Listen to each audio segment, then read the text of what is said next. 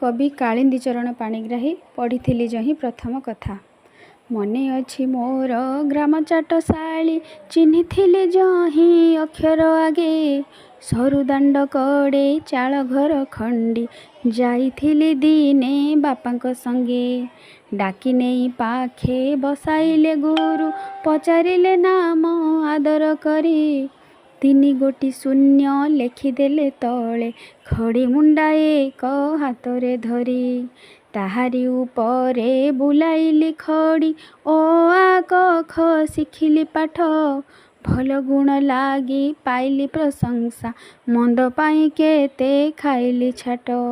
पढ़िली साहित्य अंक इतिहास भूगोल विज्ञान लागे नूतन जानिबाकू बेसी जागिला उत्साह शिखिबाकू बेसी बलिला मन पढ़िबाकू जेते पाउथिली सुख परीक्षा लागिला सेतिकी मंद सबुठारु बेसी सुख लागुथिला से दिनर